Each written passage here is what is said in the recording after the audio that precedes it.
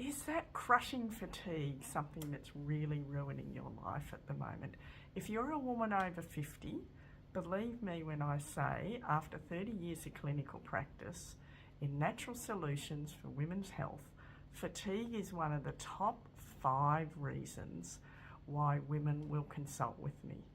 And it can really affect your life. So let's get knuckled down a bit and look at some ways, one way in particular that's very important to consider fatigue that can really help you. So I'm Wendy Demerick, and I have been in clinical practice for a very long time, longer than I'd like to say. I'm also an author and the founder of Natural Woman Network and Herbal Medicine Secrets, and I love to share simple, powerful tools for women to consider to really uptick their health and happiness in life. Now, of course, this information is not designed as a replacement for medical care, so make sure you see your primary health care provider if you have got an ongoing health situation or even an acute one that's causing you some problems at the moment. So the information I share is gleaned from my decades of clinical practice and what really works for my patients and for myself actually. So you're not alone there. I can go down the tube too if I'm not very careful how I approach my life. And our mindset about our health and our life is a very important part of this as well. So let's look at a few things. So fatigue, I do not mean the sort of fatigue that you might have because you've had a busy day, you've started off fine, and as the day's gone on, you've got a bit more tired and you just can't wait to get to bed. That's a sort of pretty natural and a healthy fatigue, really. I'm talking about the type of fatigue that no matter how much you rest, you don't feel any better. And you might even feel worse after a big night's sleep or a rest. So it's a complex thing, fatigue. And of course, there's a huge amount of different strategies that you can employ. But I find one of the most important things that you can do after you've had a checkup to see, that there's nothing more serious going on and you've got there all clear, is to actually just sit down and really reflect back in your life to when it started, what you were doing around the time when you started to lose energy, and also, what was happening in all levels of your life, not just with your health, but might be with your work, your family, your activity levels. Maybe you've been a bit too hooked into what's going on in the world, and that might be causing low energy because it's can suck your mood.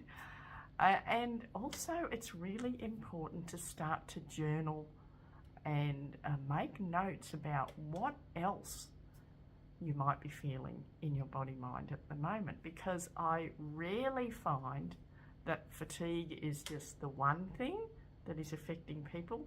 Yes, it might be their main thing, it might be your main thing, but it's not necessarily the only thing. Usually I find there's other signs and symptoms of unease in the body and mind as well, such as digestive disturbances, aches and pains. There might be autoimmune conditions, there might be up and down hormones and mood, all sorts of things, which is quite common, around midlife and onwards anyway. And all of those things, for example, if you're having hot sweats and flushes at night, you might not be sleeping well. And of course, you're going to gradually become more and more fatigued. But that sort of fatigue is usually improved if you do get a few good nights sleep. I'm talking about the sort of fatigue that doesn't improve. So once you've had a thorough checkup, because the information, as I said, isn't, I'm not your practitioner, so unless you are engaging me as your practitioner, I can't give you very specific advice just for you, but I will tell you what I do. When someone contacts me and they're wanting to have some consultation about it, I actually generally, for the first few weeks before I see them, because usually there's a bit of a waiting time to see me, I will get them to start work on the observational things that are in the Radiant Woman book. That's this book here. That's one of my main books that I have for women of all ages. It's actually, you know, of course, the fatigue affects all ages, but natural solutions for women of all ages. But in that book, I have charts and directions about how to chart your diet, your lifestyle, your temperature, and anything else that's going on. How you're feeling is really, really important to chart as well. And by doing that, you're going to start noticing some patterns, because we dive a bit deeper into when did this start, and, you know, what have you been doing to help yourself, and so on. So what's really important is that you make a start by really reflecting back to when you first started to feel really tired and other symptoms that you might have, and jot all these things down. I would highly recommend that you jump in and grab the Radiant Woman book package. I'll put the link in the comments, in the information below, and we do ship that all over the world. It is the print book plus the ebook, so that you can get started with the ebook while the print book's coming to you. I have found over the years that a lot of women prefer to have both the print book and the ebook. And it's got some bonuses in there as well for you to look at, which are very important. And in that, you will start to diarise what's going on for you, so that sometimes that might be all you need to do. That and some of the simple changes.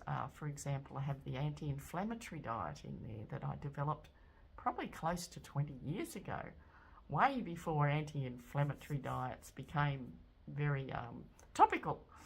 And that has helped a lot of people to just go back to basics. It's very simple, and to start again, because sometimes it could be, you know, allergies or food intolerances, or, you know, you might be having a little bit too much processed foods, too much animal foods, alcohol. All of those things are going to affect your energy levels.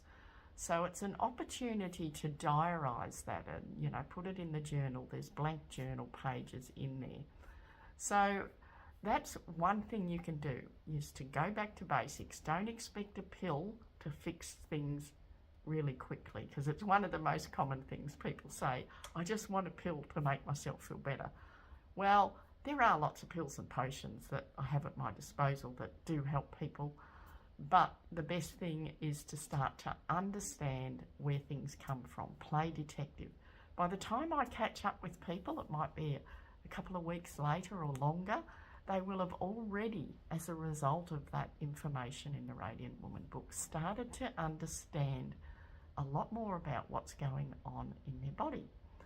And that will actually save you some money if you do that too, because otherwise I would have to spend a whole first consultation finding out all this information from you that you could actually do yourself and then present to me, and can really get stuck into things.